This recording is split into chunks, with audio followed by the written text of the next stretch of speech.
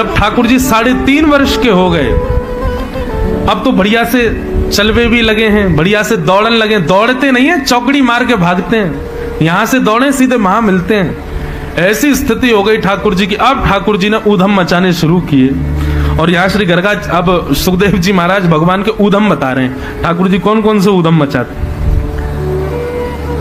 गाय बैठी होती है तो उनके सींग को जाके पकड़ लेते हैं। एक तरफ से ठाकुर जी पकड़ते हैं, एक तरफ से बलराम जी पकड़ते हैं बैठी हुई गैया के। और फिर यहाँ से ठाकुर जी अपनी ओर खींचते हैं, वहां से बलराम जी अपनी ओर, फिर ठाकुर जी अपनी ओर, बलराम जी। थोड़ी देर तो गैया ऐसे ऐसे सर हिलवाती रहे, फिर गैया हो जाती है खड़ी। और जैसे ही ठाकुर जी खड़े, गैया खड़ी होती है, ठाकुर जी ऐसे लटक जाते हैं जैसे कोई पेड़ पर कोई फल लटका हो।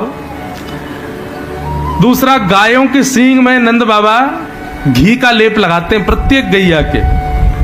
तो वैसी चीखने चीखने उसके सींग, और ठाकुर जी के हाथ में रुक पाते नहीं, ग्रिप नहीं बन पाती, वो छूटते हैं हाथ से।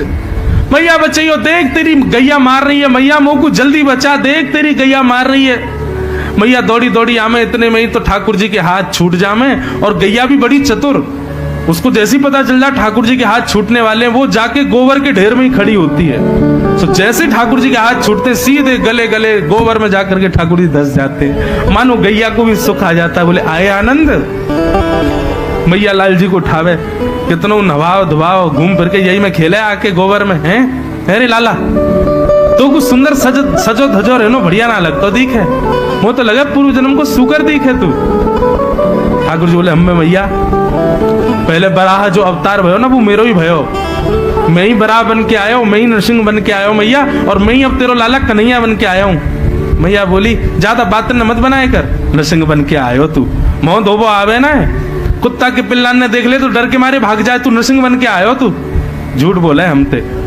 ठाकुर जी बात बात में सच बोल भी जाते हैं, लेकिन यशोदा मैया आदि इन सबको विश्वास नहीं होता। अग्नि, मैया चूल्हे में भोजन बनाती है, और चूल्हे में भोजन बनाते बनाते बनाते लाल जी को खिलाती है। ठाकुर जी इतने में ही आते हैं, चूल्हे की लकड़ी निकाल लेते हैं, और फिर अग्नि को महाराज पूरे सब जगह घुमाते हैं। किसी गोप के पीछे भागते हैं, किसी गोपी के पीछे भागते हैं, अग्नि के उस लकड़ा को लेके ऐसा उधम मचाते हैं। श्रृंगी, अग्नि, फिर आया द्यमष्टि। द्यमष्टि मतलब अब ठाकुर जी धीरे धीरे बड़े हो रहे हैं, तो 2 दांत ही निकले, अभी आगे वाले 2 दांत आए हैं बस। और ये 2 दांत निकलवे के चक्कर में ठाकुर जी इतना रोमे। मैया के काय को रोवे? बोले मैया हमारे नंद भवन में 9 लाख गैया हैं, और प्रत्येक गैया के एक बछड़ा रोज होवे। 365 दिन ऐसा दिन ही नहीं जाता जिस दिन कोई गैया नहीं ब्याती। 9 लाख गैया, कोई ना कोई तो ब्याएगी रोज। और जैसी गैया ब्याती है, ठाकुर जी उसका पूजन करने जाते हैं गैया का। और जैसे ही गैया का बालक जन्म लेता है, सोई ठाकुर जी उसको गले से लगाते हैं बालक को, और गले से लगा के सबसे पहले उसके होठ ऊपर करके उसके दांत गिनते हैं, इसके दांत कितने हैं, और फिर रोते हैं। बोले बाबा या को तो अभी जन्म भयो, जन्म लेते या के इतने सारे दांत हो, मैं 3 साल को है, अभी 2 ही दांत कई को निकले मेरे। मैया के लाला तू दूध ना पीवे, दही ना खावे, केवल मक्खन ही मक्खन खावे, वो मक्खन चीकनो रे बात तेरे दांत फिसल के नीचे चले जाए, या हमारे तेरे दांत ना निकल रहे। द्यमष्टि, ठाकुर जी अपने दांत गिनते हैं रोज कितने निकल आए, मेरे पूरे कब निकलेंगे, या गैया के बछड़ान की तरह मेरे दांत कब आएंगे। द्यमष्टि, श्रृंगी, अग्नि, द्यमष्टि। जल में कूद जाते हैं, और फिर नाटक करते हैं कि मैं डूब रहा हूं, वो बचाओ भैया मैं डूब रहा हूं। सब ब्रजवासी इकट्ठे हो जाते हैं, सब लोग जैसे ही यमुना जी में कूदते हैं, सोई ठाकुर जी नाचने लगते हैं। बोले सबको नवाए दियो, मैंने सबको नवाए दियो, अब सबरे गीले है गए, अब नहावे में आनंद आवेगो। सबके लाला नए नए लत्ता पहन के हमें तू ऐसे नाटक क्या करे। संगी, अग्नि, द्यमष्टि, जल, और फिर आए द्विज। ठाकुर जी आज सवेरे सवेरे उठे, और उठ करके ठाकुर जी ने देखो कि महाराज नंद बाबा हवन कर रहे हैं। ठाकुर जी आके बोले बाबा जी कहा कर रहे हो? लाला हवन कर रहा हूं, अग्निहोत्र कर रहा हूं। अच्छा जाते कहा होवे? बोले याते सबरे देवता प्रसन्न रह जाएं, फिर हम जो चाहे ना वो सब देवता हमारी पूर्ति करें।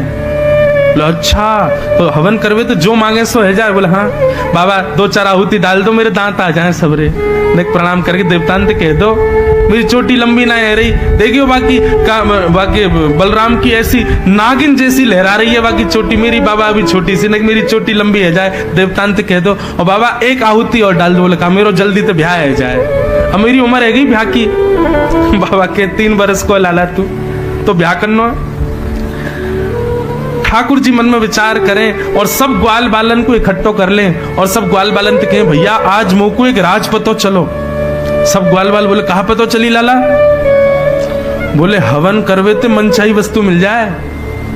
बोले अच्छा लाला, तो आज ते हम सब भी हवन करेंगे। ग्वाल बाल बोले हम क्या मांगेंगे?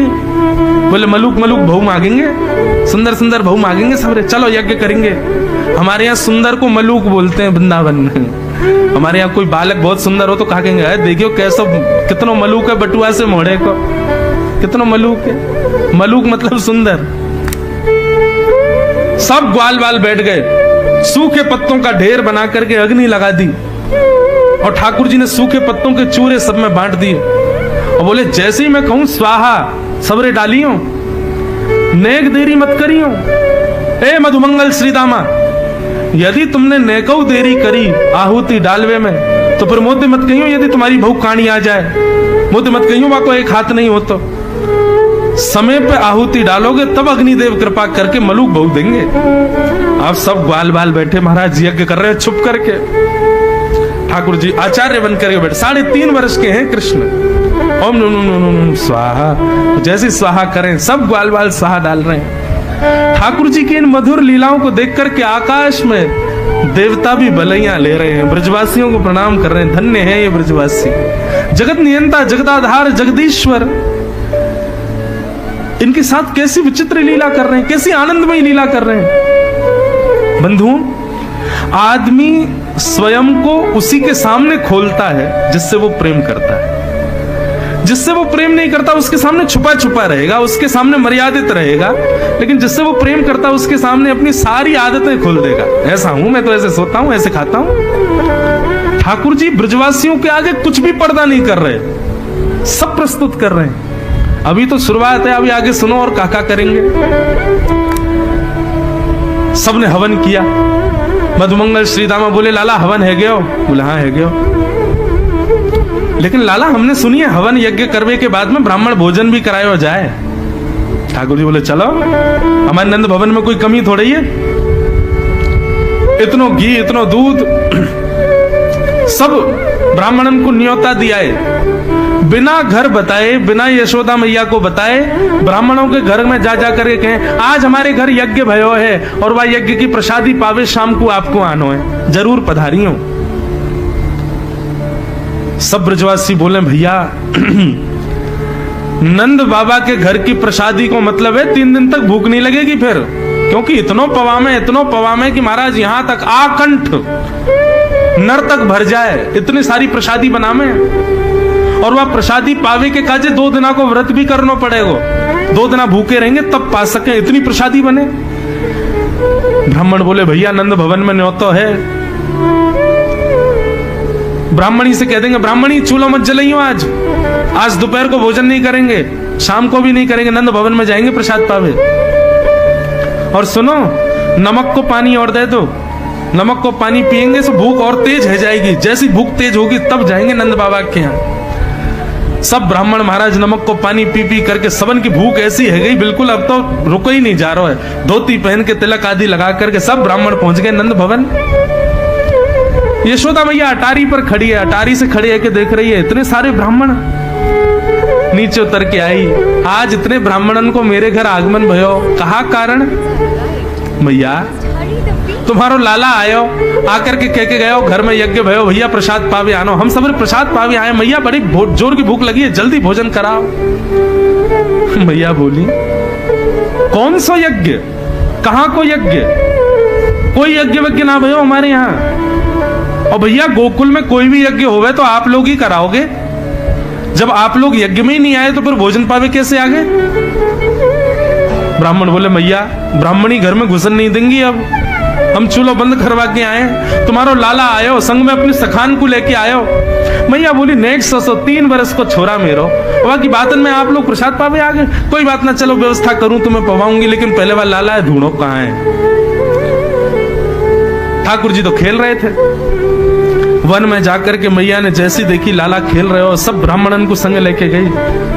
मैया ने आवाज लगाई, लाला ओ कन्हैया।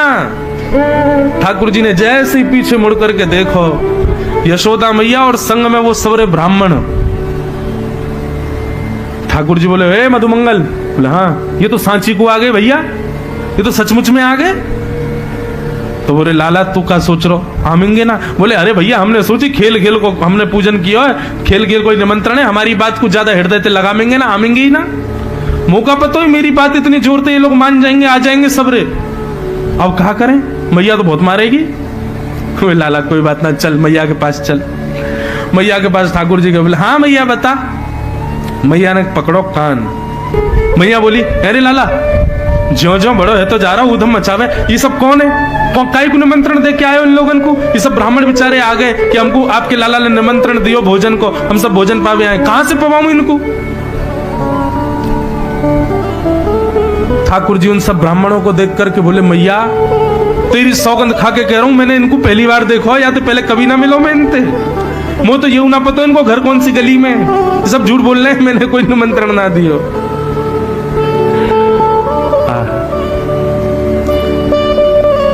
यशोदा मैया सब ब्राह्मणों को लेकर के गई, सुंदर पकवान बना के सबको पवाए। तब से ठाकुर जी ने एक नियम बना लिया, क्या? गोकुल में कोई संत दिख जाए, कोई ब्राह्मण दिख जाए, कोई वैष्णव दिख जाए, तो ठाकुर जी की भली उससे पहचान नहीं, ठाकुर जी उसके पास जाके कहते हैं अरे आप यहाँ घूम रहे हो, नंद बाबा तो आपको वहां ढूंढ रहे हैं यमुना जी के तट पर। वो बोलते हैं, बोले क्यों? अरे यशोदा मैया को पता चली कि आप आ रहे हो, तो उन्होंने 56 भोग बनाए घर पर, चलो जाओ जल्दी पाओ। यशोदा मैया बोली अरे लाला जितने संत आमे, जितने ब्राह्मण आमे, जितने वैष्णव आमे, सब उनको ठेका ते नहीं ले रखो है, दिन भर हमारी रसोई जलती रहे, कोई ना कोई आते रहे, सब आगे होके।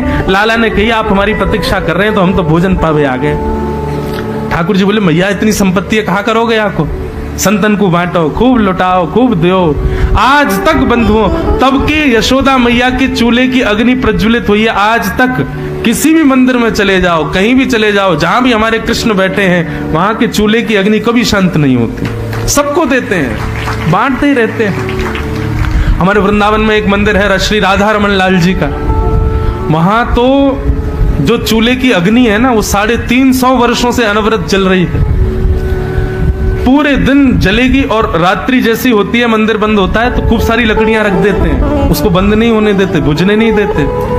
और ऐसी तो मान्यता बताते हैं कि ये 300 वर्ष नहीं, यशोदा मैया के चूल्हे की अग्नि के ही उससे जल रही है आज तक, उसी से ठाकुर जी की आरती होती है। अग्नि का कोई भी कार्य होगा उसी चूल्हे से ही अग्नि ली जाती है।